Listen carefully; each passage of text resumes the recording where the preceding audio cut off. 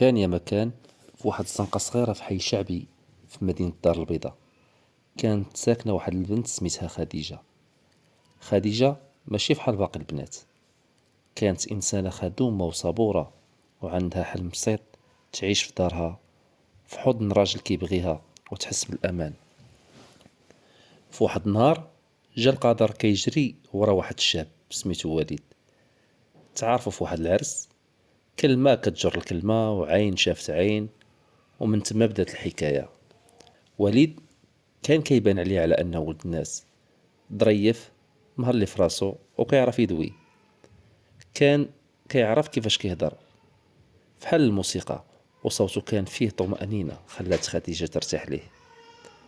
مشى الوقت وكترات القعدة، وولات بيناتهم علاقة عامرة بالضحك والمواعيد وكلمات فيها حب وأماني. في واحد النهار قال لها: خديجة، أنا ما كنحلم غير بيك، بغيتك تولي مراتي وتكوني ديما معايا. قلبها طاح بالفرحة وبكات، ومشاو داروا الخطوبة قدام العائلة والجيران. ولكن السعادة مرات كتكون قصيرة بحال شي نزمة ديال الصيف. في واحد النهار وهي خدامة في الصالون ديال الحلاقة، دخلت عندها واحد السيدة شابة، ولكن الملامح ديالها بحال بغات تقول لها شي حاجة، وهي تقرب من عندها وهي تسولها بهدوء: اختي، واش كتعرفي شي واحد سميتو وليد؟ ضحكات خديجة وقالت لها بكل فخر: خطيبي. سكتت شوية ومن بعد خرجت لها بكلمات كانت فحال القرطاس: وليد راجلي، وأنا والدة مع بنت عندها دابا عامين. خديجة حسات بالعالم كله كيدور فوق راسها، رجليها ما بقاوش شادينها، وصوت قلبها بدا كيضرب بزاف. مشات عنده وواجهته، وهو يحاول يبرر، كيكذب وكيحلف، ولكن الكذوب كان باين في عينه، والسكوت ديالو كان أصدق من أي كلمة قالها. خديجة قطعت معاه وبدات كتبكي، ضعفات ولكن ما طاحتش. رجعت لخدمتها، دارت الصبر هو الجلابة ديالها، وعاودت بنات حياتها من جديد.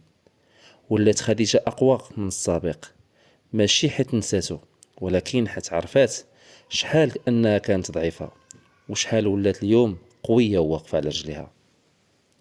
دازت الأيام وخديجة كانت كتحاول أنها ترجع النفس ديالها، كانت كتخدم بنص قلب، والباقي ديال القلب ديالها كان باقي حابس في داك النهار اللي سمعت فيه أنها مراتو.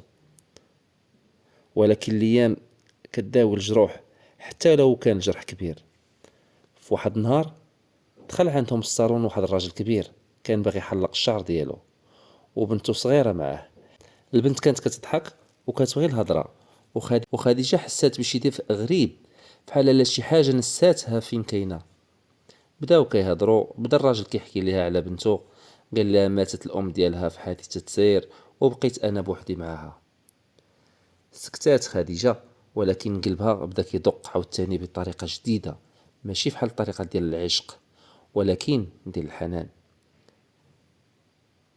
بدا كيرجع كل سيمانة، مرة يحلق، مرة يجي يدي بنته لشي حاجة، وبدات العلاقة كتولد من الصفر، ماشي على وعود ولكن على الأفعال الصغيرة. كيفاش كان كيحترمها، كيفاش كيشكرها، كيفاش كيجيب لها موعد ولكن ما كيزعجهاش. واحد النهار وهو كيشرب في القهوة معها حدا الصالون، قال لها: خديجة، أنا ماشي شاب وماشي مثالي، ولكن أنا راجل. إلا بغيتي نبنيو شي حاجة صادقة بيناتنا، هذيك هي الساعة الكبيرة عندي. خديجة بقات ساكتة، قلبها كانت فيه حروب بين الخوف والخيانة وأمل البداية.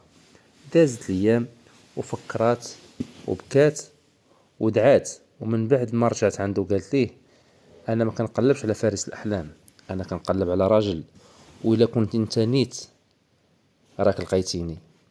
ماشي حلمة. وهنا بدات حكاية جديدة، ماشي حلمة ولكن حقيقية، فيها البنت اللي تجرحات ولكن ما ماتتش، فيها راجل بسيط ولكن فيه نخوة الرجال.